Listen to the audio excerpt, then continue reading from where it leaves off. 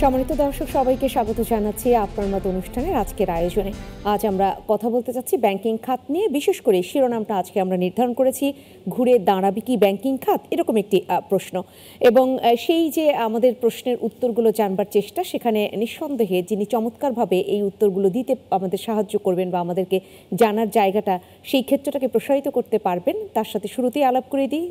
তিনি হচ্ছেন মামুন রশিদ, ব্যাংকার ও অর্থনীতি বিশ্লেষক। কথা হবে তার সাথে এবং আজকের এই আলাপচারিতায় পুরোটা সময় জুড়ে আপনাদের সাথে থাকছে আমি ফেরদৌসী আহমেদ। আপনাকে স্বাগত জানাচ্ছি আপনার মত অনুষ্ঠানের আজকের আয়োজনে। যেহেতু একটি ছোট্ট প্রশ্ন, কিন্তু এর আসলে ব্যাপ্তিটা অনেক বেশি। ঘুরে দাঁড়াবে কি ব্যাংকিং খাত, যে সমস্ত পদক্ষেপগুলো সেন্ট্রাল ব্যাংক নিয়েছে তাতে কি মনে হয়, যতটা একদম বলে যে খাদের কিনারে চলে গিয়েছিল ব্যাংকিং খাতগুলো, কতটা ঘুরে দাঁড়াতে পারে? ধন্যবাদ। খুব ভালো লাগছে এটা নতুন ধরনের আলোচনা নতুন স্টুডিওতে। সেটি হচ্ছে যে এটা তো অবশ্যই আমাদের আশাবাদী হতে হবে, কারণ ব্যাংকিং খাতটি অর্থনীতির একটা প্রধান চালিকা শক্তির মধ্যে একটি। বিশেষভাবে আমরা যেটাকে ইংরেজিতে বলা হয় ক্যাপিটাল হাংরি কান্ট্রি, আমরা একটা গ্রোথ ইকোনমি। গ্রোথের গতি যদিও কিছুটা শ্লথ হয়েছে ইতিমধ্যে বিভিন্ন কারণে বেশ কয়েক মাস যাবতই। তো সেই ক্ষেত্রে তারপরও কেন্দ্রীয় ব্যাংকে, বিভিন্ন ব্যাংকে নতুন নেতৃত্ব এসছে, আমাদের অর্থ মন্ত্রণালয়ে নতুন নেতৃত্ব এসছেন। তো স্বাভাবিকভাবেই আমাদের একটা প্রধান চেষ্টা হচ্ছে নতুন সরকারের নতুন ব্যবস্থার, যে এই যে অর্থনীতির একটি প্রধান চালিকা শক্তি ব্যাংকিং, সেটাকে ঘুরে দাঁড় করানোর জন্য। এখন আপনি নিঃসন্দেহে জানেন আমাদের ব্যাংকিং খাতের একটি সমস্যা হচ্ছে ঋণ খেলাপি। সেই ঋণ খেলাপির পরিমাণ অনেক বাড়ছে। ইতিমধ্যে নতুন গভর্নর মহোদয় বলেছেন যে আগামী বছরের প্রথম ত্রৈমাসিকে হয়তো দেখা যাবে এখন যেমন 16% উপরে আমাদের খেলাপি ঋণ রয়েছে। টোটাল যে ঋণ রয়েছে ব্যাংকিং খাতে প্রায় 16 লক্ষ কোটি টাকার কিছুটা উপরে, সেইটার মধ্যে প্রায় 16% এখন মন্দ ঋণের পর্যায়ে রয়েছে। উনি আশঙ্কা করেছেন যেহেতু কিছুটা হলো এই লাগামটা টেনে ধরা হয়েছে, ইচ্ছে মতো ঋণ দেওয়া যাবে না, তারপরে ইনসাইডার লেন্ডিং বন্ধ করা, ব্যাংকগুলোকে তার ঝুঁকি ব্যবস্থাপনার দিকে নজর দেওয়া, ব্যাংকগুলোকে তার পুনঃমূলধারণের দিকে নজর দেওয়া, সেই প্রেক্ষিতে উনি মনে করছেন আরও বাড়তে পারে। তবে বাড়ার পরও একটা আশার ব্যাপার হচ্ছে ব্যাংকগুলা যদি ঘুরে দাঁড়াতে পারে, ব্যাংকগুলা যদি আস্থা সৃষ্টি করতে পারে, যেটা আমরা অতীতে খুব কম দেখেছি।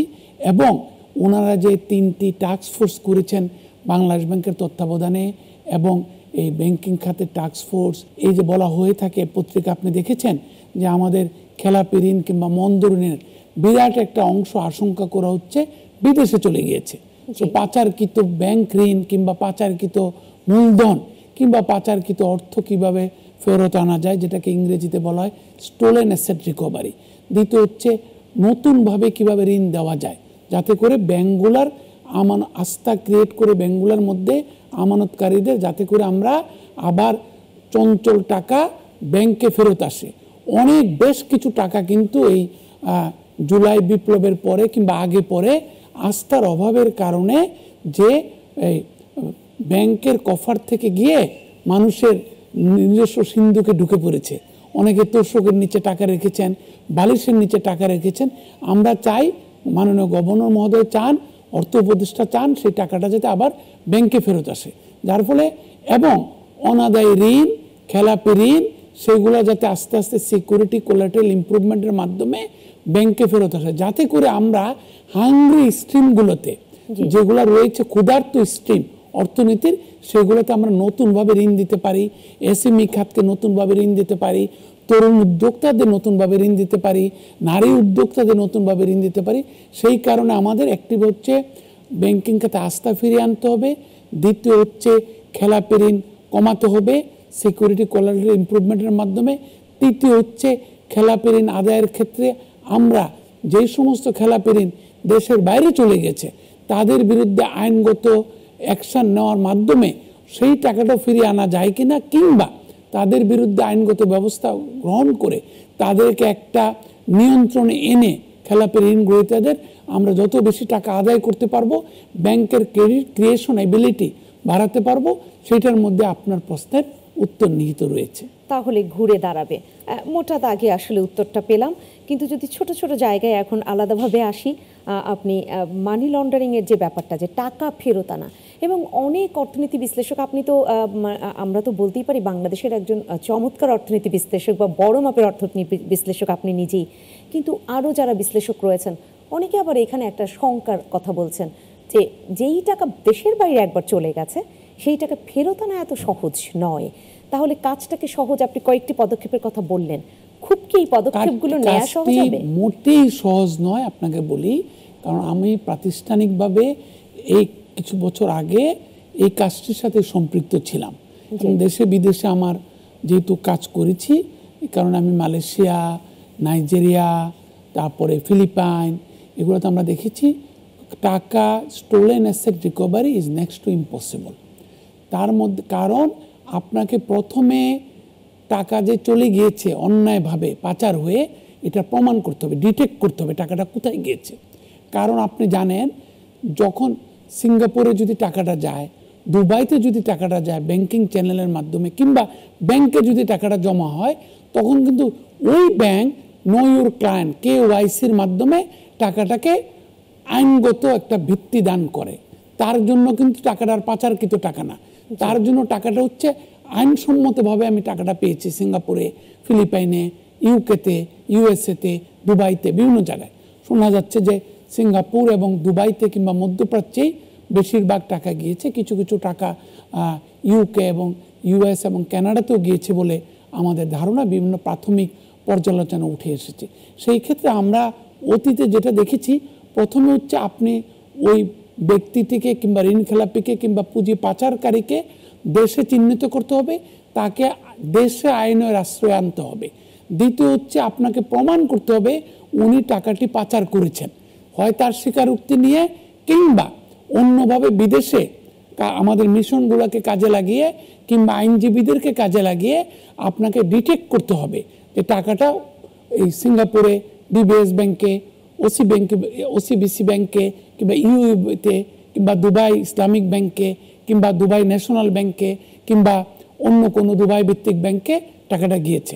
তারা কিন্তু এটাকে প্রতিরোধ করার চেষ্টা করবে, তারা কিন্তু কোনোদিনই আপনাকে প্রমাণ করতে দিবে না যে তারা, কারণ তাদের একটা প্রাথমিক কমিটমেন্ট কি, গ্রাহকের গোপনীয়তা রক্ষা করা।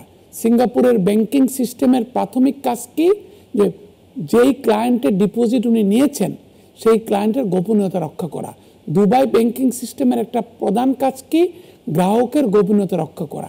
এই গোপনীয়তা রক্ষার যে কমিটমেন্ট রয়েছে ব্যাংকিং সিস্টেমের, সেই ক্ষেত্রে আপনি যদি পাচারকৃত টাকাকে চিহ্নিত না করতে পারেন, দেশে প্রথমে স্বীকারোক্তি আদায়, তাকে আইনের আশ্রয়ে নেওয়া, দ্বিতীয় হচ্ছে বিদেশে আপনাকে সেই পাচারকৃত অর্থ চিহ্নিত করা এবং চিহ্নিত করার পরে আইনগত ব্যবস্থা নেওয়া, সেই দেশে টাকাটা মানে আইনগত উপায়ে কোর্টের মাধ্যমে যে এটা টাকাটা বাংলাদেশের সাধারণ জনগণের কে বঞ্চিত করে পাচারকৃত টাকা, এটা প্রমাণ করা, তারপরে কোর্টের রায় আদায় করা, তারপরে কোর্টের নির্দেশ দিবে ওই ব্যাংকে যে টাকাটা প্রমাণিত হয়েছে পাচারকৃত টাকা।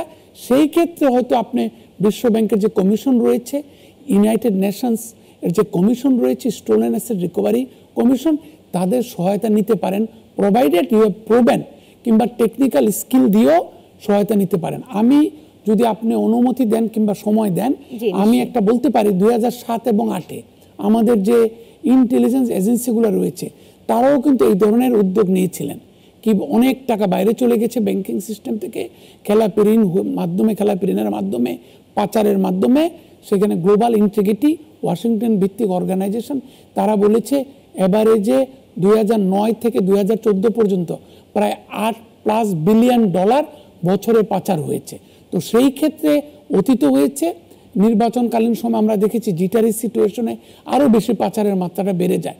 মানুষ চেষ্টা করে বাইরে মানে সেফলি টাকা রেখে দিতে, ডলার ফর্মে কিংবা বিদেশি মুদ্রার ক্ষেত্রে। সেই ক্ষেত্রে আমাদের এজেন্সিগুলো যখন সিঙ্গাপুরে গিয়েছে তাদেরকে ঢুকতে দেওয়া হয় নাই। আমাদের এজেন্সির লোকেরা যখন দুবাইতে গিয়েছে এই টাকাকে ট্রেস করার জন্য, তাদেরকে ঢুকতে দেওয়া হয় না। তারা আমাদেরকে বলেছে যে স্যার আমাদেরকে ঢুকতে দেয় না ব্যাংকের ম্যানেজাররা, কারণ ওই যে আপনাকে বলেছি, গ্রাহকের গোপনীয়তা রক্ষা করা ব্যাংকের কিন্তু একটা প্রধান দায়িত্বের মধ্যে পড়ে। সেই ক্ষেত্রে আপনি যদি আইনের আশ্রয় নিয়ে দেশে না জিতেন, বিদেশে না জিতেন, বিদেশে কোর্ট যদি ব্যাংকে নির্দেশ না দেয় এই টাকা তুমি ফেরত পাঠিয়ে দাও বাংলাদেশে, এই টাকা আদায়ের কোনো পথ আছে বলে আমরা এখন পর্যন্ত জানতে অনেক পারি। কঠিন। আপনি যেটা বললেন আইনি লড়াইটাই আগে লড়তে হবে, বা স্বীকারোক্তির যে কথাটা আপনি বললেন সেটা আদায় করতে হবে। এখন যারা মানি লন্ডারিং এর সাথে জড়িত, এই টাকা পাচার করেছেন, তারা নিজেরাও অনেকে দেশের বাইরে, তাহলে সেক্ষেত্রে তাদেরকে চিহ্নিত হয়তো করা গেল দেশের আইনি সেই প্রথার মধ্য দিয়ে, কিন্তু তাদেরকে একদম ধরে, কারণ স্বীকারোক্তি আদায় করতে হলে তো তাদেরকে ধরতে হবে, তাদেরকে জিজ্ঞাসাবাদের আওতায় আনতে হবে, সেটা কি তাহলে এখন খুব সহজ? তারা তো দেশের বাইরে অনেকেই। অত্যন্ত কঠিন। কারণ হচ্ছে এই যে প্রথম কথাটি বললাম, তাদেরকে কবজায় নিতে হবে, তাদের স্বীকারোক্তি আদায় করতে হবে। দুটা পথ, যেটা ইন্দোনেশিয়া মালয়েশিয়া করেছে, কিছুটা ফিলিপাইন করেছে।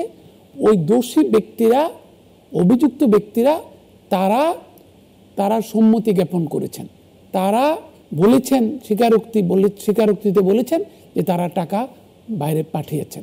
তখন তাদেরকে দুটো অপশন দেওয়া হয়েছে, তুমি হয় নিজে টাকাটা নিয়ে আসো, আর তা না হলে তুমি আইনের মুখাপেক্ষী হওয়ার জন্য মানে তৈরি হও।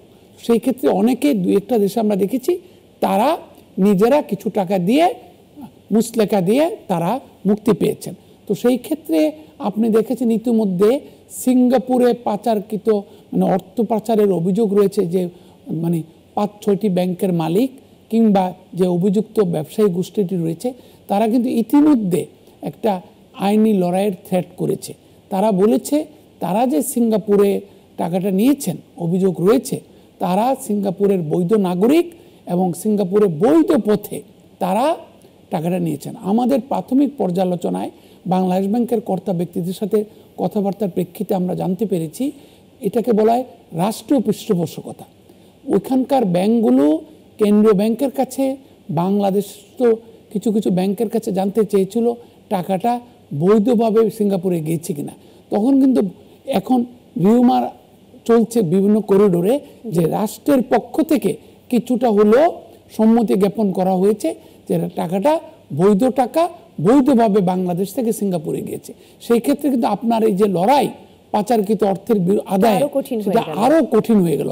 ওই ব্যক্তি কিন্তু অলরেডি কেন্দ্রীয় ব্যাংকে একটি নোটিশ দিয়েছে বলে পত্রিকায় এসেছে, এবং উনি বলেছেন যে ওনার টাকাগুলা যেগুলো সিঙ্গাপুরে রয়েছে সেগুলো বৈধ পথে নেওয়া টাকা। সেই ক্ষেত্রে ওই টাকা যদি আপনি মানে আইনি লড়াইয়ে না জিতে, বাংলাদেশে হোক আর সিঙ্গাপুরে হোক, আর সিঙ্গাপুর অথরিটি যদি আপনাকে ওখানে আইনি মানে বিচার রুজু করতে না দেয়, তাহলে আপনি কিভাবে সিঙ্গাপুরের কোর্টের রায় আদায় করবেন?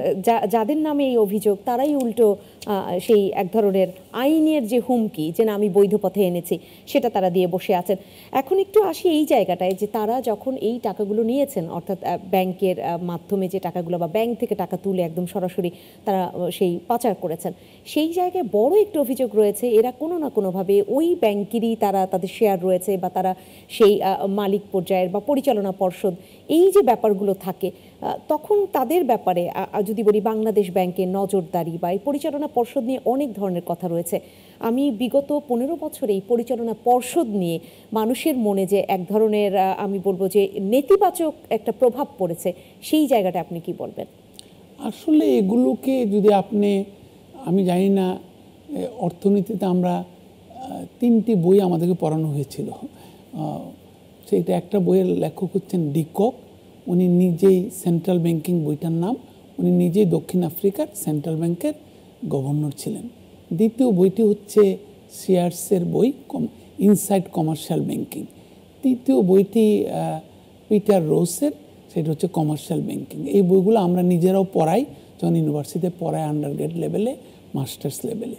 সেগুলো হচ্ছে কি, পরিচালনা পর্ষদ কীভাবে গঠিত হবে, পরিচালনা পর্ষদে কি পরিমাণ স্বাধীন পরিচালক থাকবেন, পরিচালনা পর্ষদের ট্রেনিং কি, পরিচালনা পর্ষদের কম্পোজিশন কি হবে। আপনি দেখেছেন হয়তো পত্রপত্রিকার শিরোনামের প্রেক্ষিতে যে গেল 15 বছরে ব্যাংকিং আইন বারবার পরিবর্তন করা হয়েছে, এবং পরিবর্তনটুকু বেশিরভাগ কাজ করেছে একক কিংবা 2-3টি গোষ্ঠীর মালিকানার পক্ষে। তারা তাদের পরিবার থেকে বেশি বেশি পরিচালক নিয়োগ করতে পারবেন, পরিচালকরা অনেক বছর থাকতে পারবেন একই পরিবারের পরিচালকরা। তারপরে আপনি আরেকটা মজার ব্যাপার আমরা দেখেছি পর্যালোচনায়, যে বেশিরভাগ প্রাইভেট সেক্টরের বাণিজ্যিক ব্যাংক 1-2টি পরিবারের মালিকানাধীন ছিল। সো দেয়ার ওয়াজ এ কি পার্সন, উনি এই ব্যবস্থাপনা পরিচালক নিয়োগ দিতেন, সিনিয়র ম্যানেজমেন্ট নিয়োগ দিতেন, এমনকি বোর্ডের বিভিন্ন ডিসিশন মেকিংকে একক ওই গোষ্ঠীগুলো প্রভাবিত করতো। এই কারণে আমরা দেখেছি, আপনি আরেকটি রিপোর্টও দেখেছেন হয়তো, IMF, IFC, ওয়ার্ল্ড ব্যাংক বিভিন্ন কমিশন এখানে স্থাপন করেছিল বাংলাদেশের আর্থিক খাতের সুশাসন ফিরিয়ে আনার জন্য, জবাবদিহিতা ফিরিয়ে আনার জন্য, স্বচ্ছতা ফিরিয়ে আনার জন্য। তারপর হচ্ছে এই যে লোনের যেটা বলা হচ্ছে ক্লাসিফাইড লোন, এটা কি ঠিক নাকি আরও অনেক বেশি, এটা বলা হয়ে থাকে যে কোয়ালিফাইং জাজমেন্ট অ্যাপ্লাই করলে বাংলাদেশের IMF আজকের থেকে প্রায় 6-7 বছর আগে বলেছিল তাদের পর্যালোচনায়, কান্ট্রি রিভিউতে, কান্ট্রি মেমোরেন্ডামে, যে বাংলাদেশের খেলাপি ঋণের পরিমাণ, ক্লাসিফাইড ঋণের পরিমাণ তৎকালে IMF বলেছিল, যখন নাকি আমরা দেখাচ্ছিলাম 7-8-9%, তখন IMF বলেছিল 20%-এর অধিক হবে। ইতিমধ্যে আপনি জানেন, যখন নাকি গেল বছর বলা হয়েছিল বাংলাদেশ ব্যাংকের পরিসংখ্যানের ভিত্তিতে যে 16 লক্ষ একটু বেশি, 16,19,000 কোটি টাকা মোট ঋণের মধ্যে ব্যাংকিং খাতের প্রায় 2,11,000 কোটি টাকা খেলাপি ঋণ। এবার এটা বেড়ে দাঁড়িয়েছে এই সেপ্টেম্বরে এসে 2,84,000 কোটি টাকা, প্রায় 16%। আর IMF কিন্তু আজকের থেকে 7-8 বছর আগে বলেছে এটা 20%-এর উপরে। আরেকটি IMF-এর কারণে, IMF-এর যে ঋণদান চলছে বাংলাদেশে, একটা স্ট্রাকচারাল ফেসিলিটি তত্ত্বাবধানে আছে, আপনি জানেন, তৃতীয় কিস্তির টাকা কিছুদিনের মধ্যে রিলিজ হবে বলে মাননীয় অর্থ উপদেষ্টা বলেছেন। সেটার প্রেক্ষিতে বাংলাদেশ ব্যাংককে, কেন্দ্রীয় ব্যাংকে IMF বাধ্য করেছিল একটা স্ট্রেস টেস্ট করতে, কোয়ালিফাইং জাজমেন্ট অ্যাপ্লাই করে। সেখানে তখনই বেরিয়েছিল 2 বছর আগে, মিস্টার রুফ তালুকদার যখন গভর্নর ছিলেন, তখন বেরিয়েছিল যে বাংলাদেশে স্ট্রেসড অ্যাসেট, মানে ঝুঁকিপূর্ণ অ্যাসেটের পরিমাণ ব্যাংকিং খাতে 3,77,000 কোটি টাকা। তারপরে প্রচুর টাকা কিন্তু রাইট অফ করা হয়েছে, প্রভিশন মানে প্রভিশন রাইট অফ করা হয়েছে, যার ফলে প্রভিশন শর্টফল আর নাই। সব কিছু যদি আমি বিবেচনা আনি, এই 16,19,000 কোটি টাকার মধ্যে 4 লক্ষ কোটি টাকার বেশি টাকা মন্দ ঋণ হবে। তো সেই প্রেক্ষিতে পরিচালকদের ভূমিকা বিরাটভাবে, যে আমার ব্যাংক, আমারও তো ব্যাংক, এরকমভাবে ওনারা যাচ্ছেতে ব্যবহার করেছেন। আরেকটা স্টাডি 2 লাইন বলে শেষ করছি, সেটা হচ্ছে বাংলাদেশে দেখা গিয়েছে এত টাকা কিভাবে পাচার হলো। সেই ক্ষেত্রে দেখা গিয়ে একটা হচ্ছে দুর্বল দেশগুলোতে গিয়েছে যেখানে কঠিন প্রশ্ন করা হয় না। দ্বিতীয় হচ্ছে বেশিরভাগ টাকা গিয়েছে ট্রেড বেসড মানি লন্ডারিং, মানে আমদানি রপ্তানির আন্ডার ইনভয়েসিং আর ওভার ইনভয়েসিং এর মাধ্যমে টাকাটা বাইরে চলে গেছে। যারা যারা ব্যাংকের মালিক ছিলেন, দোর্দণ্ড প্রতাপশালী ব্যাংকের মালিক ছিলেন, তারা কি করতেন, তাদের আন্ডারে যেহেতু প্রচুর এক্সচেঞ্জ হাউস আছে বাইরে, তখন তারা বিদেশিদের লোকজনের কাছ থেকে কি করতেন, ডলারটা নিতেন, রিয়ালটা নিতেন, রুবলটা নিতেন, কিংবা দিনারটা নিতেন, দিরামটা নিতেন। ওই দিরামটা দেশে আর আনতেন না, কিন্তু দেশের যে বেনিফিশিয়ারি আছে, আত্মীয় স্বজনের কাছে টাকাটা পাঠালো, যে সৌদি আরব থেকে, ইউএই থেকে, সিঙ্গাপুর থেকে, মালয়েশিয়া থেকে, ওদেরকে টাকায় দিয়ে দিল বেশি দামে। আর ডলারটা তাদের অ্যাকাউন্টে, কিংবা যারা রাজনীতিকভাবে ক্ষমতাশালী লোক পাচার করতে চায়, কানাডায় বাড়ি কিনতে চায়, আমলারা, আপনি আগের ফরেন মিনিস্টারের কাছে শুনেছেন, কানাডায় ওনাদের ইনভেস্টিগেশনে দেখা গিয়েছে রাজনীতিবিদদের চাইতেও আমলারা বেশি সম্পত্তি কিনেছেন কানাডার মতো দেশে। তো এই কারণে under invoicing, over invoicing, trade based money laundering এবং ডিরেক্ট ট্রান্সফার, মালিকের নির্দেশে ব্যাংকের ব্রাঞ্চ ম্যানেজার সরাসরি ট্রান্সফার করে দিয়েছে। এভাবে সেই হয়েছে, আমরা যেটা বলি মানি লন্ডারিং বা টাকা পাচার, এবং পরিচালনা পর্ষদ কি ভূমিকা রাখছে সেটাও শুনলাম। ধাপে ধাপে আরও অনেক কিছু শুনবো, একটু বিরতি নিয়ে ফিরি। সম্মানিত দর্শক, আপনার মতো অনুষ্ঠানের আজকের যে আয়োজন ব্যাংকিং খাত নিয়ে কথা বলছি, সেখানে আমরা আবারও আলোচনায় ফিরবো, তবে তার আগে একটা ছোট্ট বিরতি।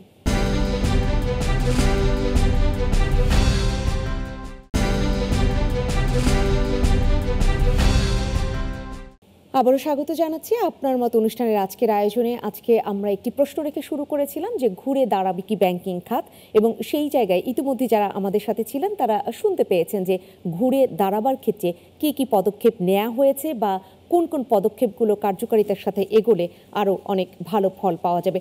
সেখানে কথা বলছি, রয়েছেন ব্যাংকার ও অর্থনীতি বিশ্লেষক মামুন রশিদ। আপনার কাছে আবারও আসবো, আজকে আপনার কাছেই শুনতে চাচ্ছি আমরা নানান দিক।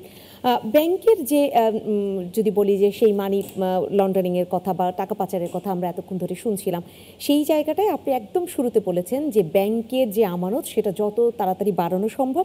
একটি সাইড ছিল যে এই টাকাগুলো ফেরত আনা, সেটা নিয়ে আমরা একটু শুনলাম, কিন্তু এর বাইরে যে ব্যাংকের সেই আমানত বাড়ানোর জায়গাটায় সেখানে কি কি করা যেতে পারে? কারণ গ্রাহকরা যে অনাস্থার মধ্যে পড়ে গিয়েছিল এখন আস্থায় ফিরতে শুরু করেছে, আস্থা আরও কি করে বাড়ানো যায়?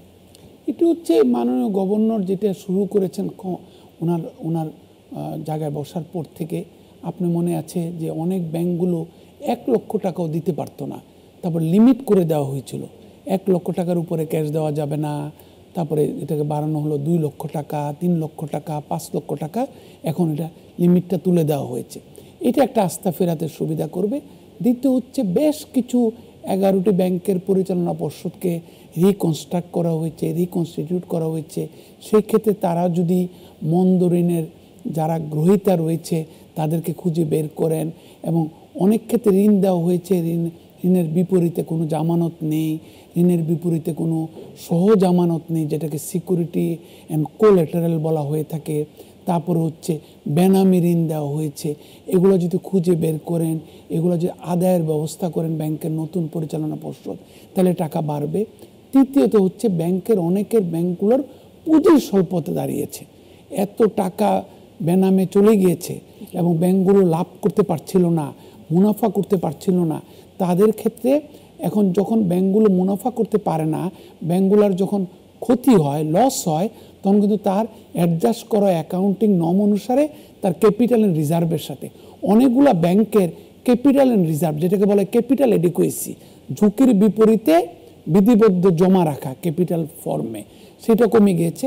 তো সেই ক্ষেত্রে গভর্নর মহোদয়ের সাথে কিছুদিন আগে কথা হচ্ছিল, উনি দুইটা ভাবে চিন্তা করছেন। একটা হচ্ছে যে ব্যাংকের কিছুটা আস্থা ফেরত আসলে ব্যাংকিং সিস্টেমে, তাহলে কিছু কিছু ব্যাংকে তার মুনাফা বাড়ানোর জন্য উনি অ্যালাউ করবেন, যেটাকে বলা হয় টিয়ার 2 ক্যাপিটাল রেস, কিংবা মানে সেকেন্ড টিয়ার ক্যাপিটাল রেস, কিংবা সাবঅর্ডিনেটেড বন্ডের মাধ্যমে উনি ক্যাপিটাল বাড়ানোর চেষ্টা করবেন। আপনি জানেন ক্যাপিটাল মার্কেটে লিস্টেড ব্যাংক যারা রয়েছে তারা রাইট শেয়ার ইস্যু করা, বোনাস শেয়ার ইস্যু করা একই মালিকের কাছে, সেভাবে টাকা রেস করতে পারে। আরেকটা উনি চিন্তা করছেন, যেটি সঙ্গত কারণেই ভালো চিন্তা ওনার, সেটা হচ্ছে যে ব্যাংকিং রেজুলেশন অ্যাক্ট একটা পাশ করিয়ে এই ক্যাবিনেটে, তারপরে এই দুর্বল ব্যাংকগুলো এখন যেটা ভয় আছে, অনেক ব্যাংকের যে মালিকানা পরিবর্তন করা হয়েছে, এখন ভয় আছে নতুন মালিকরা যদি পুরনো মালিকরা রাজনৈতিক পট পরিবর্তনে যদি কোনো ধরনের ব্যর্থতার কারণে, কোনো কারণে আইনি জটিলতার কারণে যদি আবার যদি পুরনো মালিকরা ফেরত আসে, সেই ক্ষেত্রে নতুনভাবে যদি কেউ ক্যাপিটাল ঢালে, নতুনভাবে যদি কেউ ক্যাপিটাল মার্কেটের মাধ্যমে টাকা তোলে, নতুনভাবে যদি কেউ শেয়ার কেনে ওই ব্যাংকের, তাহলে তাদের কি অবস্থা হবে? সেক্ষেত্রে নতুন শেয়ার হোল্ডারদেরকে, নতুন মালিকদেরকে যাতে আইনি প্রোটেকশন দেওয়া যায়, সেই ক্ষেত্রে মাননীয় গভর্নর আমাকে বলেছেন তারা একটা ব্যাংকিং রেজুলেশন অ্যাক্ট নিয়ে আসছেন। এটা হলে ভালো হবে। উনি এটাও চিন্তা করছেন যে সমস্ত ব্যাংকের, ইসলামিক ব্যাংকগুলোর বিশেষ করে প্রচুর ক্যাপিটাল শর্টফল রয়েছে, আবিষ্কৃত হচ্ছে দিন দিন, প্রতিদিন প্রতিভাত হচ্ছে, সেগুলাতে বিদেশি বিনিয়োগকারীদের আনা যায় কিনা। তারা ক্যাপিটাল ঢাললো, তারা ব্যাংকটা চালালো, তারা ব্যাংকটাকে প্রফিটেবল করলো, তারাই ব্যাংকের অভ্যন্তরীণ সুশাসনকে উন্নত করলো, তারা গ্রাহকদের জন্য নতুন পণ্যের সমাহার আনলো, তারা গ্রাহকদের জন্য আরও সেবা পণ্যের সমাহার বাড়ালো, তারপরে তারা একটা মানে ম্যানেজমেন্ট এবং পরিচালকদের যৌথভাবে একটা দায়বদ্ধতা সৃষ্টি করলো, আরও স্বচ্ছভাবে কীভাবে ব্যাংক পরিচালনা করা যায় সেটার চেষ্টা করলো। পরিচালকদের যাতে অনাকাঙ্ক্ষিত হস্তক্ষেপ না হয়, রিজনাল ব্যাংক আন্তর্জাতিক ব্যাংকের মতো করে ব্যাংক যাতে চালাতে পারে। স্থানীয় স্বাধীন পরিচালক আরও বাড়ানোর সংখ্যা, যেটা নাকি অনেক চেষ্টা করা হয়েছিল, অনেকে রিকমেন্ড করেছিলেন, including IMF, world bank recommend করেছিল, আইএফসি রিকমেন্ড করেছিল, ওয়ার্ল্ড ব্যাংকের অঙ্গ প্রতিষ্ঠান। কিন্তু রাজনৈতিক হস্তক্ষেপের কারণে যেহেতু অধিকতর হারে ব্যাংক পরিচালকরাই ব্যবসায়ী, ব্যাংক পরিচালকরা আবার জাতীয় সংসদের সংসদ সদস্য, এটার মধ্যে এটা যে নেক্সাস গড়ে উঠেছিল, ব্যাংকের দুষ্ট ঋণ গ্রহীতা, ব্যাংকের পরিচালক, ইনফ্লুয়েন্সিয়াল পরিচালক এবং রাজনৈতিকভাবে ক্ষমতাশালী ব্যক্তিবর্গ, এমনকি কেন্দ্রীয় ব্যাংকের কর্তা ব্যক্তিদের মধ্যে যেটা অবৈধ একটা নেক্সাস গড়ে উঠেছিল, সেইটার কারণেই আমরা মনে করছি এগুলো যদি বন্ধ না করা যায় এবং যদি আস্তে আস্তে করে সুশাসন নিশ্চিত না করা যায় এবং ক্ষুদ্র আমানতকারীদের স্বার্থ রক্ষার জন্য, তাদের স্বার্থ দেখভাল করার জন্য স্বাধীন পরিচালকদের ভূমিকা যদি আমরা বাড়াতে না পারি, তাহলে কিন্তু আমাদের আকাঙ্ক্ষিত পর্যায়ে। আর শেষ কথা হচ্ছে যে দুটি কথা, ঝুঁকি ব্যবস্থাপনাকে আরো শক্তিশালী করতে হবে, আন্তর্জাতিক পর্যায়ে নিয়ে যেতে হবে। এবং ঝুঁকি ব্যবস্থাপনা মানেই শুধু ঋণ ঝুঁকি ব্যবস্থাপনা নয়। আমরা অনেক ব্যাংকে দেখেছি এমপ্লয়িরা ফ্রড করছে, অনেক ব্যাংকে দেখেছি দুষ্ট ঋণ গ্রহীতা এবং কিছু কিছু কর্তা ব্যক্তিদের যোগ সাজসে ব্যাংকের টাকা বাইরে চলে যাচ্ছে।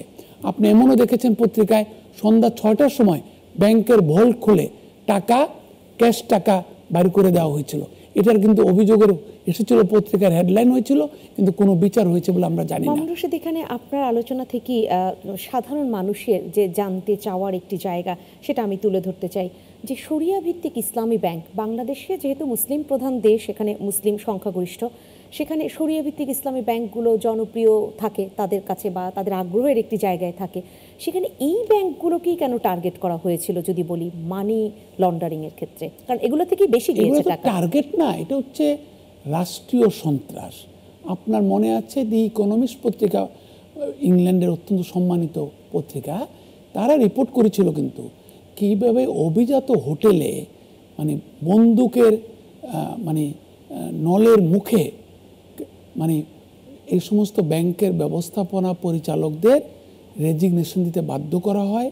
এই সমস্ত ব্যাংকের পরিচালনা পর্ষদের সদস্যদেরকে, চেয়ারম্যানদেরকে, এমনকি বিদেশি বিনিয়োগকারীদের উইথড্রল করতে বাধ্য করা হয় এবং নতুনভাবে রাষ্ট্রীয় হস্তক্ষেপে, এমনকি গোয়েন্দা সংস্থার হস্তক্ষেপে, রাষ্ট্রীয় গোয়েন্দা সংস্থার হস্তক্ষেপে মালিকানা পরিবর্তন করা হয় এবং একটা গোষ্ঠীর স্বার্থে এই ব্যাংকগুলো পরিচালিত হয়েছে এবং তারা মোটেই কিন্তু ইসলামিক শরিয়া ভিত্তিক ব্যাংক ছিল না। তাহলে ইসলামিক শরিয়া ভিত্তিক ব্যাংকে আপনি তারা কিভাবে সরকারের কেন্দ্রীয় ব্যাংকের টাকা পায়, কিসের বিনিময়ে? তারা তো ট্রেজারি তারা তো কোনো এটাকে বলে সিআরআর and এসএলআর। ইসলামিক ব্যাংকগুলা নগদ সঞ্চিতি ছাড়া ট্রেজারি বিল কিনতে পারে না, সুদযুক্ত কোনো ইনস্ট্রুমেন্ট কিনতে পারে না। তাইলে এইটার এগেনস্টে তারা কিভাবে রেপো সুবিধা পেয়েছে, রিভার্স রেপো সুবিধা পেয়েছে? এটা পুরোপুরি ইসলামিক শরিয়া ভিত্তিক ব্যাংকিং এর স্খলন ঘটেছে ওই সমস্ত। তাহলে প্রশ্ন তো আসলে অনেক দাঁড়ায়, কি করে তারা পেল যদি তারা নামটা রাখে যে শরিয়া ভিত্তিক ইসলামিক ব্যাংক?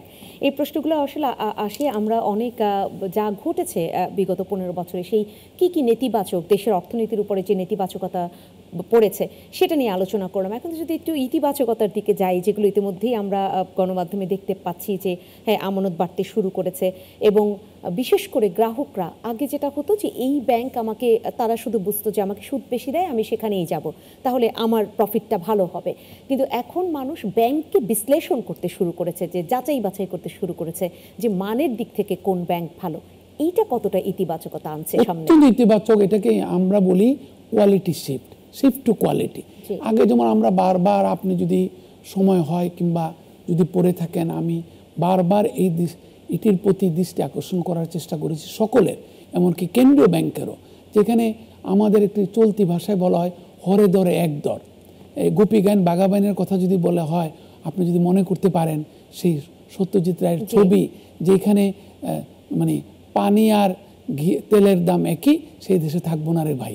সুতরাং ভালো ব্যাংক খারাপ ব্যাংকের মধ্যে আমি দুষ্টের দমন এবং শিষ্টের লালনই হচ্ছে সুশাসন ভিত্তিক, জবাবদিহিতা ভিত্তিক, স্বচ্ছতা ভিত্তিক একটি আর্থিক খাত গড়ে তোলার পূর্ব শর্ত।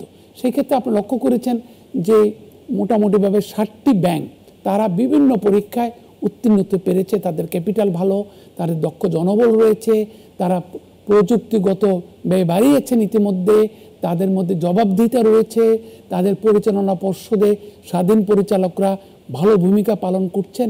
তাদের মধ্যে বেশ কিছু ব্যাংকে তারা প্রচুর অভ্যন্তরীণ সংস্কারে হাত দিয়েছেন, যারা পৃথিবীব্যাপী যারা অ্যাডভাইজারি ফার্মগুলো রয়েছে, যারা বিগ ফোর নামে পরিচিত, তাদের সহায়তায় সাইবার সিকিউরিটি এনশিওর করার জন্য চেষ্টা করেছেন, এমপ্লয়ি ফ্রডের বিরুদ্ধে কাজ করেছেন, তারপরে ঝুঁকিপূর্ণ ঋণের সিকিউরিটি কোলাটেরাল ইমপ্রুভমেন্টের জন্য কাজ করেছেন। এই সমস্ত ব্যাংকে কিন্তু আমরা ইতিমধ্যে আপনারা পত্রিকাও দেখে থাকবেন, তাদের কিন্তু আমানত বাড়ছে। একটি ব্যাংক, এই 7টি ব্যাংকের মধ্যে একটি ব্যাংক যাকে প্রধান বিবেচনা করা হচ্ছে এখন আলোচনায়, সেই ব্যাংকটি কিন্তু ইতিমধ্যে তারা বিভিন্ন পর্যায়ে কেক কেটেছে। তারা এক সপ্তাহ আগে কেক কেটেছে, একটা বিরাট কেক কেটেছেন তারা। এই 12 মাসে, বিগত 12 মাসে তাদের ডিপোজিট বেড়েছে 12,000 কোটি টাকা। তার জন্য কি করেছে তারা? তারা প্রযুক্তিগত মানে ব্যয় বাড়িয়েছে, তারা দক্ষ জনবল গড়ে তুলেছে, বিদেশি ব্যাংকের থেকে অত্যন্ত নাম করা জনবল টেনেছে। তারপরে তাদের বেশিরভাগ পরিচালক মণ্ডলী হচ্ছেন স্বাধীন পরিচালক, তাদের চেয়ারম্যান হচ্ছেন বৈশ্বিক দৃষ্টিসম্পন্ন, আন্তর্জাতিক ব্যাংকিংয়ের দক্ষ গুণাবলী সম্পন্ন, অনেক দিনের অভিজ্ঞতা সম্পন্ন একজন ব্যক্তিকে তারা এনে ব্যাংকের পরিচালনা পর্ষদের সভাপতি বানিয়েছেন। এগুলা সবগুলা কম্বাইন এফোর্টেই কিন্তু আপনাকে যেটা বললাম বহুবিধ সেবাপন্ন, হ্যাঁ, এরকম ভাবে আরো ব্যাংকগুলো তারাও চেষ্টা করছে সাইবার সিকিউরিটি ইমপ্রুভ করতে, এমপ্লয়ি ফ্রড যাতে না হয়, তারপরে খেলাপি ঋণ যাতে কমে, তারপরে হচ্ছে এমডি ডিএমডিরা যাতে দক্ষ ব্যক্তি হয়, ঝুঁকি ব্যবস্থাপনায় শুধু ঋণ ঝুঁকি ব্যবস্থাপনা নয়, পরিচালনগত ঝুঁকি ব্যবস্থাপনা, বাজার ঝুঁকি ব্যবস্থাপনা, সামষ্টিক অর্থনৈতিক ব্যত্যয় ঝুঁকিজনিত ব্যবস্থাপনা, সামগ্রিকভাবে দক্ষ জনবল গড়ে তোলা, সামগ্রিকভাবে এই 7টি ব্যাংক আমাদের মতে তারা ব্যাপক ইনভেস্টমেন্ট করেছে বলেই এখন আমরা দেখতে পাচ্ছি দুর্বল ব্যাংকগুলোর থেকে মানে এই সমস্ত ব্যাংকে মানে আমানতে শিফট করছে। এতে করে আমাদের গ্রাহকরা, ভুক্তভোগী গ্রাহকরাও শিখেছে, তাদেরকে আরও সাবধান হতে হবে, তাদেরকে যাতে অ্যানালাইসিসে হেল্প করতে পারে এই ধরনের মানে আরও প্রতিষ্ঠানও গড়ে ওঠা উচিত, অ্যাডভাইজারি ফার্ম গড়ে ওঠা উচিত। বাংলাদেশ ব্যাংক এবং সিকিউরিটি এক্সচেঞ্জ কমিশন তারা চেষ্টা করছে, এই ধরনের অ্যাসেট ম্যানেজমেন্ট কোম্পানি, কেন্দ্রীয় ব্যাংক চেষ্টা করছে যাতে গ্রাহকরা প্রবঞ্চিত না হয়। এবং আমার মতে এই দুর্বল ব্যাংকের বড় বড় সুদের হারের অফার কিংবা বিরাট বিজ্ঞাপনের বাহারি বিজ্ঞাপনের মানে আলোকে কিংবা আমরা যাতে বিহ্বলিত না হয়ে পড়ি, আমরা যাতে ব্যাংকের ব্যালেন্স শিট একটু পড়ার চেষ্টা করি। এমনকি ব্যাংকের সবচেয়ে বড় যে রিস্ক সেটা হচ্ছে রেপুটেশনাল রিস্ক। সেখানে আমাদেরকে পড়ানো হয়েছিল বিজনেস স্কুলে, সবচেয়ে বড় রিস্ক হচ্ছে রেপুটেশনাল রিস্ক। আপনার যত বিজ্ঞাপন দেন, যত প্রফিট করেন, বড়র পিরিতি বালির বাঁধের মতো ওভারনাইট হারিয়ে যেতে পারে যদি আপনি রেপুটেশনাল রিস্ক রক্ষা করার ক্ষেত্রে খুবই তৎপর না হন। তাহলে এই সমস্ত ব্যাংক যারা কিনা ওই সেলিব্রেশনের জায়গাটায় আসতে পারছে, তারা তাদের সেই কোয়ালিটি এনশিওর করতে পারছে, সেখানে তারা যেমন এগিয়ে যাচ্ছে তাদের দেখে বাকিরাও শিক্ষা নিবে।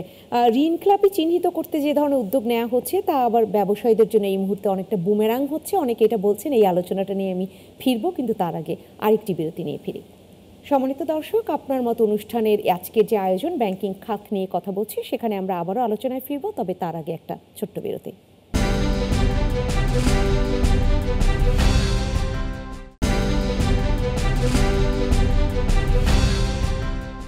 আবারও ফিরে এলাম আপনার মতো অনুষ্ঠানের আজকের আয়োজনে।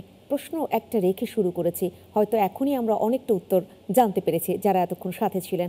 ঘুরে দাঁড়াবে কি ব্যাংকিং খাত? সেখানে ব্যাংকিং খাতকে ঘুরে দাঁড়াতে কি কি পদক্ষেপ নেওয়া উচিত এবং আরও কি কি ভাবা উচিত, আমাদের পাচারকৃত অর্থ ফেরতের ক্ষেত্রে কি কি পদক্ষেপ নেওয়া উচিত, সেই সমস্তগুলো ইতিমধ্যেই আলোচনা হয়েছে, আলোচনা হবে আরও বাকি যেগুলো রয়েছে। মামুন রশিদ, আপনার কাছে ফিরবো। সেই জায়গাটায় আপনাকে প্রশ্নটা রেখেই গিয়েছিলাম যে অনেক ব্যবসায়ী মনে করছেন এই মুহূর্তে অর্থনীতি যেহেতু চাঙ্গা অবস্থায় নেই, অর্থনীতির পালে তেমন একটি জোরে সোরে বাতাস বইছে না, সেখানে যদি ঋণ খেলাপিদের চিহ্নিত করা হয় 3 মাস পর পর তাদেরকে যে সমস্ত ডেটা তাদের দিতে হবে, এরকমভাবে যদি করা হয় তাহলে আরও মানুষ আতঙ্কিত হবে। সেখান থেকে এই টাকা আদায় তো করা যাবেই না, বরং নতুন যে ব্যবসার ক্ষেত্রে অর্থাৎ আমদানি রপ্তানির ক্ষেত্রে বড় বাধা হয়ে দাঁড়াবে। দেশের অর্থনীতিতে এটা বুমেরাং হবে, এটা তাদের কথা। আপনি কি মনে করছেন? না, ব্যবসায়ীরা তো অবশ্যই সমস্যায় রয়েছে। যে কোনো পট পরিবর্তনে আমাদের প্রাইভেট সেক্টর যেহেতু আমাদের অর্থনীতির একটি এগেন এই যে মানে ড্রাইভিং সিটে রয়েছে, অর্থনীতির একটা প্রধান ভিত্তি, আমাদের প্রাইভেট সেক্টর অর্থনীতি অনেক অগ্রসরমান সরকারের নিয়ন্ত্রিত অর্থনীতির চাইতে। তো সেইখানে আমি মনে করি ভালো ভালো ব্যবসায়ীদের জন্য তাদের তো ঋণই নেওয়ার কথা না, তাদের ইন্টারনাল ক্যাশ জেনারেশন, অভ্যন্তরীণ নগদ সঞ্চালনের মাধ্যমেই চলার কথা। আমরা জানি বড় বড় প্রতিষ্ঠানগুলো কিন্তু ঋণ, আপনি যদি দেখেন তাদের ঋণের পরিমাণ কত, তাদের টোটাল সেলসের তুলনায় অত্যন্ত নগণ্য। এবং উল্টো দেখবেন আমাদের যারা নাম করা ব্যবসায়ী প্রতিষ্ঠান রয়েছে, ব্যবসায়িক গ্রুপ রয়েছে, আপনি যদি দেখেন নাম যদি আমি বলতে পারি দু একটা, স্কোয়ার কিংবা ধরেন ইনসেপ্টা কিংবা ধরেন ট্রান্সকম, তাদের দেখবেন আপনি অত্যন্ত কম তাদের ঋণ ব্যাংক থেকে নেওয়া। বলে নেই আরএনবি সেক্টরে তো সেলফ লিকুইডেটিং, তারা এক্সপোর্ট অর্ডার পায়, তারপরে তারা তৈরি করে, তাদের শুধু মানে প্যাকেজিং লোন নিতে হয় কিছুটা, কিংবা প্রি শিপমেন্ট লোন নিতে হয়। বেশিরভাগ সময় তো আপনি জানেন ব্যাক টু ব্যাক এলসির বিষয়টা হচ্ছে আপনি টাকা পেয়ে টাকা পরিশোধ করবেন, আমদানি দেয় নিষ্পন্ন করবেন একটা। দ্বিতীয় কথা হচ্ছে অবশ্যই বেশ কিছু ব্যবসায়ী যেহেতু রাজনীতি আর ব্যবসা মাখামাখি হয়ে গেছিল গেল 15.5 বছরে, অনেক ব্যবসায়ী পলাতক রয়েছেন, অনেক ব্যবসায়ী কারান্তলারে রয়েছেন। সেই ক্ষেত্রে ব্যবসাটা কিভাবে চালানো হবে এইটা একটা চ্যালেঞ্জ। আরেকটা চ্যালেঞ্জ হয়েছিল আইন শৃঙ্খলা পরিস্থিতির অবনতি হওয়ার ফলে, পুলিশ নিষ্ক্রিয় হয়ে যাওয়াতে ইন্ডাস্ট্রিয়াল পুলিশ কোনো কাজই করতে পারছিল না মানে এর নিকট অতীত পর্যন্ত। আমি মনে করি ব্যবসায়ীদেরকে এইটা দেখেন, এই যে মাস প্রান্তিকের পর থেকে আমরা আবার ফেরত এসে যাচ্ছি অতীতের ক্লাসিফিকেশন এক্সারসাইজের, অতীতের প্রভিশনিং এক্সারসাইজের।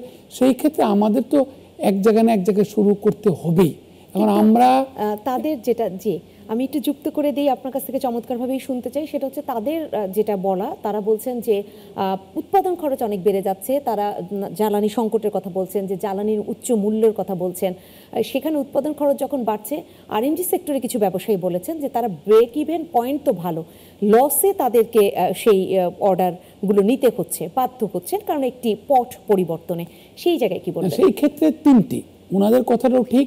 কিছু কিছু রপ্তানিকারক প্রতিষ্ঠান তো অত্যন্ত চাপে রয়েছে, মার্জিন শ্রিঙ্ক করছে সারা পৃথিবীতেই। সেই ক্ষেত্রে আমরা কিভাবে মার্জিনকে ইমপ্রুভ করব, কিভাবে নেট মার্জিন বাড়াবো, দক্ষতা বৃদ্ধি করব, প্রযুক্তির সহায়তা নিব, এগুলো কিন্তু ইতিমধ্যে শুরু হয়ে গেছে আরএনবি সেক্টরও। যারা বড় বড় এক্সপোর্টার, আমি নাম বলতে চাই না, তারা কিন্তু তাদের কাছে তারা যেইটাকে বড় করে দেখছেন, আপনি জানেন শ্রমিকরা দাবি করছে বেতন বৃদ্ধির, সেখানে আমরা চাই আরএমজিদের ক্লেম ঠিকই আছে, সরকার যাতে বাধ্য না করে, লেট একটা শ্রমিক এবং মালিকদের আলাপ আলোচনার ভিত্তিতে ভালো কারখানাগুলো কি করবে, এটা যাতে জোর করে চাপ দিয়ে বাড়ানো, এটা কিন্তু কোনো দেশে ভালো হয় না। এটা কিন্তু ভিয়েতনাম কিন্তু একটা কমিউনিস্ট কান্ট্রি, সেখানে কিন্তু সরকার ডিকটেট করে না। ইন্দোনেশিয়া আমাদের কম্পিটিং কান্ট্রি, আমাদের প্রচুর কেলভিন ক্লেইনের অর্ডার ইন্দোনেশিয়াতে চলে গেছে। মার্কিন যুক্তরাষ্ট্রে গেলে আপনি স্টোরগুলোতে গেলে আপনি দেখতে পারবেন, সেখানে ইন্দোনেশিয়া কিন্তু বাধ্য করে না। তারা মালিক শ্রমিকদের মধ্যে একটা যে ট্রাইপার্টাইট এগ্রিমেন্ট কিংবা তাদের ইউনিয়নগুলো মিলে আলোচনা করে, ওয়েলফেয়ার অ্যাসোসিয়েশনগুলো তারা ঠিক করে। এখানে আমি মনে করি আপনার সাথে আমি একমত, মালিকদের সাথে একমত যে government should not dictate the terms. কিন্তু অন্যদিকে আমি ক্লাসিফিকেশন কিভাবে করব, এটা কিন্তু আমি তো রেভিনিউ আর্নিং আমার কম, আমি আপনাকে বলি, তাহলে আমি দেশটা চালাবো কিভাবে? এখন আমার পথ আছে, সরকারকে আরও সংকুচিত করতে হবে, সরকারের ব্যয় কমাতে হবে, রেভিনিউ ইনকাম বাড়াতে হবে এনবিআর এর মাধ্যমে। তা না হলে আমি কিভাবে দেশটা চালাবো বলেন আপনি? এই সময় আমাকে বিশ্বব্যাংক যারা আমাকে টাকা দিচ্ছে, বাজেটারি অ্যালোকেশন দিচ্ছে, সাপোর্ট দিচ্ছে, এডিবি, IMF যারা সাপোর্ট দিচ্ছে আমাদেরকে এই সময় ক্রান্তিকালে, তারা বলেছে ভাই তুমি ক্লাসিফিকেশন এক্সারসাইজ স্ট্রং করো, তুমি ঋণ আদায় বাড়াও, খেলাপি ঋণ আদায় বাড়াও, খেলাপি ঋণ কমাও। তো এগুলো তো আমার এগ্রিমেন্ট সই করেছি আমি। এখন আমি যদি এখন কোনটা মাহেন্দ্র খন, আপনি কি গ্যারান্টিতে বলতে পারবেন আরেকটা রানা প্লাজা হবে না? আর গ্যারান্টিতে বলতে পারবেন আরেকটা তাজরিন হবে না? So I have to start somewhere, but at the same time শ্রমিকরা যে তারা যে অত্যন্ত চাপে রয়েছে দ্রব্যমূল্যের ঊর্ধ্বগতিতে, তাদেরকে কীভাবে সহায়তা করা যায়, মালিকদেরকে অন্যান্য ক্ষেত্রে কিভাবে সহায়তা করা যায়, কিংবা সত্যিকার ভালো যারা মালিক রয়েছে তাদেরকে কিভাবে সাপোর্ট করা যায়, নীতি সহায়তা কোথায় কোথায় দেওয়া যায়, সেগুলো সরকার ভেবে দেখতে পারে। কিংবা আমরা এই ধরনের মানে বাংলাদেশ ব্যাংকের নিয়ম নীতি, কারণ আমরা আমাদের হাত পা বাঁধা, আমরা একটা মানে ভালো অবস্থা ছিলাম, কিন্তু অর্থনৈতিক অব্যবস্থাপনার ফলে আপনি দেখেন এত বছর পরেও আমাদের কেন্দ্রীয় ব্যাংকের যে পাচার হলো টাকা, সেটার সিআইডি রিপোর্টটা জমা দিতে পারলো না। এত নতুন একটা সরকার এসছে, 4 মাস হয়েছে, তারাও কি পারছে না? তারাও তো পারলো না। তো একটা বিচারহীনতা আর একটা বিচারহীনতাকে এগিয়ে দেয়। এভাবে যদি বিচারহীনতা চলতে থাকে, দেখেন আপনি ওই গভর্নর কিন্তু তার কোনো বিচার হলো না। ওই কলাকুশলী যারা ব্যাংক দখলে হেল্প করলো রাতের আধারে অভিজাত হোটেলে, তাদের কোনো বিচার হয়েছে আপনি দেখেছেন পত্রিকায়? তাহলে কিসের বিপ্লব, কিসের নতুন ধারার সরকার? তাহলে এটার যে পুনরাবৃত্তি আবার হবে না সেটা আমরা কি করে? এই কারণে আমাকে তো একটা জায়গায় শুরু করতে হবে এবং একটা জায়গায় লাগাম টেনে ধরতে হবে এবং আরেকটা জায়গায় আইনের শাসনকে নিশ্চিত করতে হবে। যদিও এই আলোচনার লাগাম আমি টানতে চাচ্ছি না, কিন্তু বাধ্য হচ্ছি সময়ের কাছে, কারণ আরও একটি ছোট্ট আলোচনা একটু আপনার কাছ থেকে তুলে জেনে নিতে চাই। সেটা হচ্ছে রেমিটেন্সের প্রবাহ বেড়েছে, এরকম একটি তথ্যই আমরা পাচ্ছি, যেটা খুবই আশা জাগানিয়া তথ্য। কিন্তু এই রেমিটেন্স নিয়েও কথা ছিল যে রেমিটেন্স যতটা আমাদের পাবার কথা আমরা পাচ্ছি না, আমাদের হুন্ডির মাধ্যমে এটা চলে যেত, সেটাও আর একটা পাচার। সেই জায়গাটায় এখন আমরা আসলে কতটা ভালো অবস্থানে রয়েছি, আরও কিভাবে যেতে পারি? আমরা ইমপ্রুভিং। আমাদের টোটাল রেমিটেন্স পাইটা বিশ্বব্যাংকের হিসাব প্রাক্কলনে 45 বিলিয়ন থেকে 50 বিলিয়ন ডলারের মতো।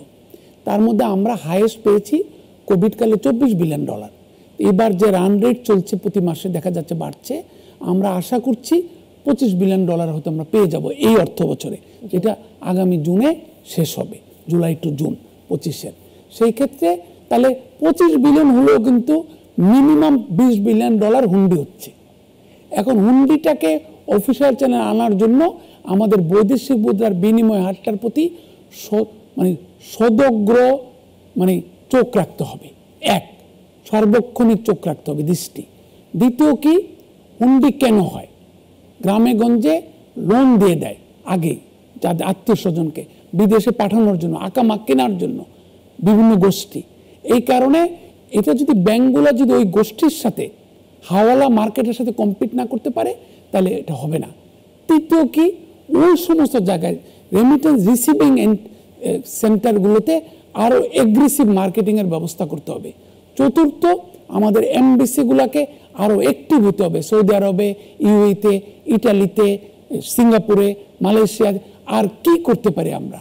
পঞ্চমত, আমাদের প্রবাসী শ্রমিকদেরকে মূল ধারায়, অর্থনীতির ব্যবস্থাপনার মূল ধারায় সম্পৃক্ত করতে হবে। পঞ্চমত, আমাদের রেমিটেন্সের 89% যাচ্ছে গ্রামে। সুতরাং গ্রামীণ অর্থনীতিতে যে অবদান রাখছে রেমিটেন্স, যারা রিসিপিয়েন্ট গ্রুপটা, তাদের দেখভাল করতে হবে আমাদেরকে। আর ষষ্ঠত হচ্ছে আমাদের কি করতে হবে, আমাদেরকে রেমিটেন্সটাকে আরও কীভাবে রিংফেন্স করতে পারি।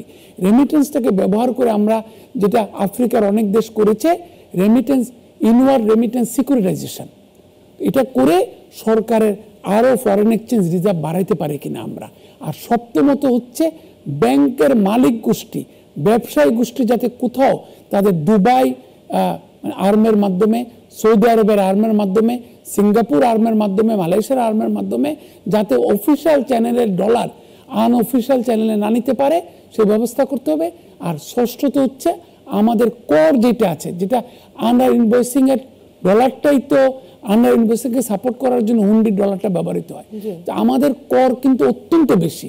করটা যদি ব্যবসায়ীর জন্য না কমানো যায়, আন্ডার ইনভয়েসিংটাকে যদি অফিসিয়ালি ডিসকারেজ না করা যায়, আমাদের হুন্ডি কমবে না। আমাদের হুন্ডি কমবে না, সেখানে ব্যাংকিং খাতকে নানান ধরনের যে পদক্ষেপ তার মধ্যে কম্পিট করতে হবে এটা খুব জোর দিলেন এবং সেই জায়গাটায় নিঃসন্দেহে হুন্ডি কমিয়ে নিয়ে আসতে পারি। করের যে কথাটা বলা হয় আমরা রপ্তানি আয়ও বেড়েছে এরকম এখন বলা হচ্ছে, সব কিছুই অনেক বেশি আমাদেরকে আশা জাগাচ্ছে আমাদের মনে, কিন্তু সেই জায়গায় বিভিন্ন যে কর মৌকুফ করা হলো বা আরও সামনে এই পদক্ষেপগুলো নেওয়া হচ্ছে, বিশেষ করে আমি যদি বলি নিত্যপণ্যের ক্ষেত্রেও সামনে রমজান মাসকে কেন্দ্র করে অনেক কিছু ভাবা হচ্ছে, সেটা কতটা ইতিবাচকতা দেখাতে পারে আমাদের অর্থনীতিতে? আমার অভিজ্ঞতা, আমরা ট্যারিফ কমিশনের সাথে মিলে কয়েকটি স্টাডি করেছিলাম বিশ্বব্যাংকের অর্থানুকূল্যে। সেই স্টাডিতে আমরা দেখেছি এই ধরনের episodic AIT advance income tax কমিয়ে লাভ হয় না। এখানে বাজারে বিভিন্ন ধরনের ক্রীড়নকরা কাজ করে, বিভিন্ন ধরনের স্টেক হোল্ডাররা কাজ করে। সেইখানে বাজার ব্যবস্থাপনা, প্রোয়েক্টিভ নীতি সহায়তা, তারপরে স্টেক হোল্ডার ম্যানেজমেন্ট সেগুলা, তারপরে ইম্পোর্ট সোর্সকে ডাইভার্সিফাই করা, তারপরে ইম্পোর্টারকে ডাইভার্সিফাই না করলে শুধুমাত্র কর কমিয়ে জনগণকে বঞ্চিত করা হয়।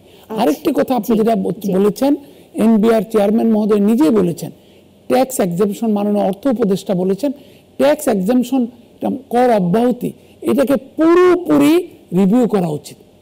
বিশ্বব্যাংকের তত্ত্বাবধানে হোক, IMF এর তত্ত্বাবধানে হোক, যারই তত্ত্বাবধানে হোক, এবং আমরা কোথায় কোথায় কর অব্যাহতি দিব, কর অব্যাহতি কাজ করে নাই।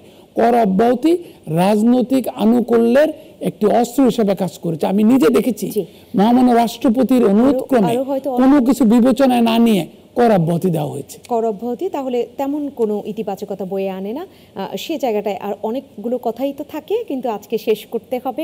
আপনি চমৎকারভাবে সেই কিভাবে পাচারকৃত টাকা ফেরতের জায়গাটা বললেন রাজস্ব আদায়ের জোর দেওয়ার কথাটাও, সেই সমস্ত আরও অনেক আলোচনা রয়েছে। মূল্যস্ফীতির আলোচনা আজকে যেতে পারলাম না, নিঃসন্দেহে আরও হয়তো এই আলোচনা নিয়ে আমরা বসবো আপনার মত অনুষ্ঠানে। আপনাকে অসংখ্য ধন্যবাদ জানাচ্ছি, আপনি আমাদেরকে সময় দিয়েছেন। আপনাকে ধন্যবাদ।